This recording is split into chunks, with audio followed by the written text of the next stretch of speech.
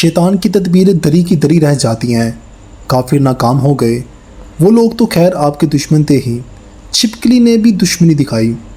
باقی جانور تو آگ بجھانے کی کوشش کر رہے تھے اور چھپکلی پھونکے مار رہی تھی۔ چھپکلی آج بھی انسانوں کے لیے کافی خطرناک ہے، یہ نمک پر پیشاب کرتی ہے، اگر وہ انسان کھا لے تو جسم پر کوڑ کا خطرہ ہو جاتا ہے۔ بادشاہ نمرود کی بیٹی رازا اپنے محل پر کھڑی حضرت ابراہیم علیہ السلام کو آگ میں ڈالنے کا منظر حیرت سے دیکھ رہی تھی۔ پھر اس نے دیکھا کہ آپ اس آگ میں بڑے مزے سے بیٹھے تھے، اللہ کی یاد میں مصروف تھے۔ لڑکی نے بلند آواز میں حضرت ابراہیم علیہ السلام سے پوچھا کہ یہ کیا بات ہے، اتنی آگ پر اثر کیوں نہیں کر رہی؟ آپ نے جواب دیا، یہ ایمان کی برکت ہے۔ وہ کہنے لگی، اگر آپ اجازت دیں تو میں بھی اس آگ میں کود جاؤں۔ آپ نے فرمایا، لا الہ الا اللہ ابراہیم خلیل اللہ پڑھتے ہوئے کود جاؤ۔ وہ کلمہ پڑھتے ہوئے آگ میں کود گئی، آگ نے اس کا بال بھی نہ جلایا۔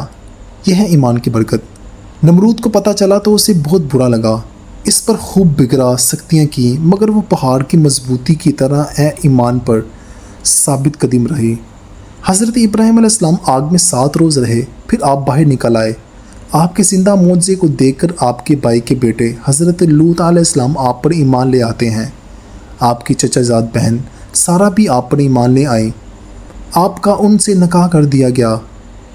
نمرود اور اس کی قوم سے مایوس ہو کر حضرت ابراہیم علیہ السلام نے اپنے بانجے لوط علیہ السلام اور حضرت سارا کے ساتھ فلسطین کی طرف ہجرت کی۔ کہا جاتا ہے کہ نمرود پر اللہ کا عذاب مچھر کی صورت میں آیا۔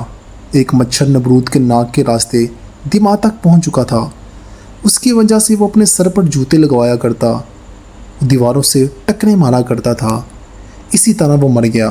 حضرت ابراہیم علیہ السلام اور حضرت لوط علیہ السلام جنہیں بعد میں نبوت ملی اور حضرت سارا کے ساتھ تبلیغ کرتے ہوئے مصر تک پہنچ گئے۔ حضرت سارا بہت زیادہ خوبصورت تھیں، ان کا حسن بے مثال تھا، جلد ہی ان کے حسن کی شہرت پھیل گئی۔ اس زمانے میں مصر کے بادشاہ کا لقب فرعون ہوا کرتا تھا۔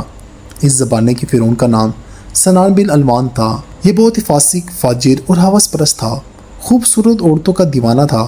حضرت سارا رضی اللہ تعالیٰ عنہا کے حسن کی شہرت اس تک بھی پہنچ گئی، اس نے اپنے سپاہیوں کو حکم دیا کہ اس حسین عورت کو پکڑ کر لاؤ۔ اس کے سپاہی جب حضرت ابراہیم علیہ السلام اور حضرت سارا رضی اللہ تعالیٰ عنہا کے پاس آئے تو حضرت ابراہیم علیہ السلام پریشان ہو جاتے ہیں۔ ان کے ارادے کو بانپ کر آپ نے دعا کی، اے میرے پروردگار، غریب اور بے کس بندوں کی آبرو کو تو محافظ فرما، میری بیوی کی عزت آبرو تیرے ہی ہاتھ میں ہے۔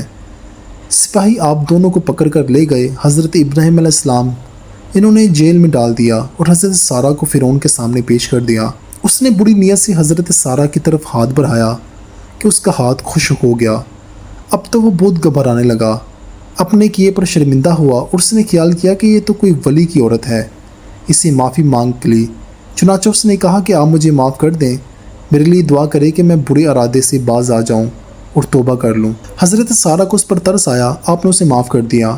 جو ہی آپ نے معاف کیا تو اس کا ہاتھ ٹھیک ہو گیا۔ اپنے بھلے چنگے ہاتھ کو دیکھ کر اس پر شیطان سوار ہو گیا۔ اس نے خیال کیا کہ مجھے وہم ہو گیا تھا، میرے ہاتھ کو تو کچھ بھی نہیں ہوا۔ چنانچہ اس نے پھر ہاتھ پر آیا، فوراً ہی اس کا ہاتھ پھر شل ہو گیا۔ اس نے پھر سے معافی مانگی، آپ نے پھر سے معاف کر دیا، ہاتھ پھر ٹھیک ہو گیا۔ اس نے پھر وہی خیال کیا کہ تیسری مرتبہ پھر ہاتھ بڑھایا، اب اس کا ہاتھ بیکار ہو گیا۔ اس نے پھر معافی مانگی، آپ نے معاف کر دیا، اس کا ہاتھ پھر ٹھیک ہو گیا۔ اس مرتبہ اس نے سچے دل سے معافی مانگ لی تھی۔ وہ جان گیا تھا کہ یہ عورت کوئی عام عورت نہیں ہے۔ وہ اس واقعے سے اس قدر متاثر ہوا کہ اپنی بیٹی حضرت ہاجرہ رضی اللہ تعالیٰ عنہا آپ کو حبا کر دی اور کہنے لگا، یہ میری بیٹی ہے، آپ کی خدمت کرے گی۔ پھر اس نے حضرت ابراہیم علیہ السلام کو جیل سے نکلوایا، ان کا بھی بہت اکرام کیا۔ حضرت ابراہیم علیہ السلام ان دونوں کو لے کر وہاں سے فلسطین کے علاقے کنعان میں آ گئے۔ اس وقت حضرت سارا کی عمر 70 سال ہو چکی تھی اور ان کے ہاں کوئی اولاد نہیں ہوئی تھی، لہٰذا آپ خود ہی حضرت ابراہیم علیہ السلام سے کہا آپ ہاجرہ سے شادی کر لیں۔ اس طرح آپ نے ان سے نکاح کر لیا۔ اس وقت آپ کی عمر 86 سال تھی۔ اللہ تعالیٰ کی طرف سے ایک فرشتہ آپ کے پاس آیا اور اس نے کہا کہ اے ہاجرہ، مبارک ہو کہ تیرے ہاں لڑکا پیدا ہوگا، اس کا نام اسماعیل رکھنا۔ اللہ کی قدرت کے پہلے ہی سال حضرت ہاجرہ کے ہاں بیٹا پیدا ہوا، ان کا نام اسماعیل رکھا گیا۔